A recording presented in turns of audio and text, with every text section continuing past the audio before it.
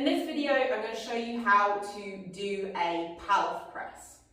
A Pallof press is an excellent exercise for pregnancy. It's a great anti-rotation core exercise. It's really great, something that you can do all the way up to the end of pregnancy when you have a massive belly and when it's difficult to get up and down off the floor. And it's also great for the postpartum period when you start strengthening your core again. Let me first of all take you through the setup. You're going to need at least one band. You've got a few options here. You can use a band like this. So this is a big looped band, usually used for doing pull-ups.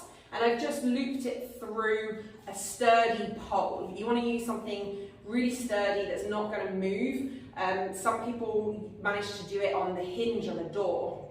You want to be able to have a place to hold onto the band here. Alternatively, you can use a band like this, just wrap it around the pole, and then you've already got these handles set up. I'm going to use the two bands together, just because then it puts me in the frame.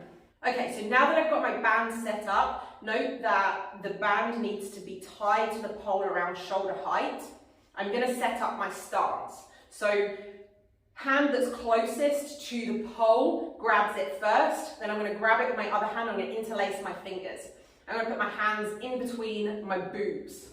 My feet I want to have in a squat width apart, so about shoulder width, feet pointing slightly out. And I want to make sure that I'm 90 degrees from the pole. If I stand further away, there's more resistance on the band, and if I'm closer, there's less resistance on the band. So making sure there's a little bit of resistance on the band to start with, I'm going to interlace my fingers, get my hands right in the middle of my chest like this, and I'm going to just bend my knees just slightly. Okay, we're not doing a big bend, we're not doing a squat, just bend your knees slightly, hips slightly, and from here I'm pressing forwards. Okay, so I'm trying to touch something directly in front of me. With my breathing, I'm going to breathe out as I press, and if you watch my tummy, I'm breathing into my tummy, and then as I press forward, my tummy comes in and up with the breath and helps support me and stop me getting rotated into the movement.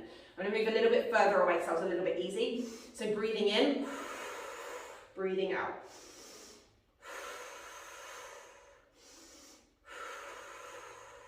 Okay, make sure the resistance is the strongest out here. Make sure you're not getting pulled towards the band and you're not going round like this. For a slightly different angle for you to see the belly.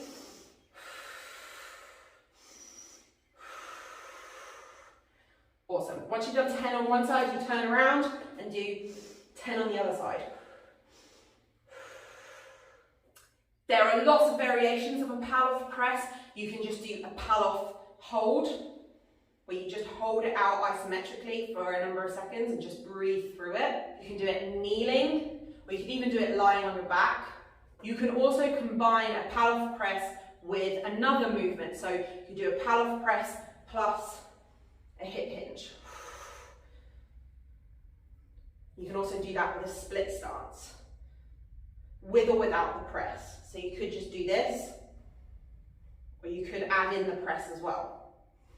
As I mentioned before, Pallof presses are really, really great for the second and third trimester, where other core exercises get really, really difficult. The abdominal muscles and pelvic floor and diaphragm, all the muscles of the core canister work together to stabilize you at your center while an external force is trying to pull you around.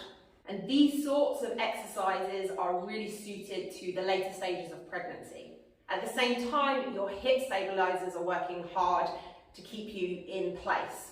So an all-round really good exercise for the later stages of pregnancy. And you can just carry it through in your postpartum recovery. It's also great for people with back problems, with slipped discs, with back pain, because it doesn't require any actual movement through the spine.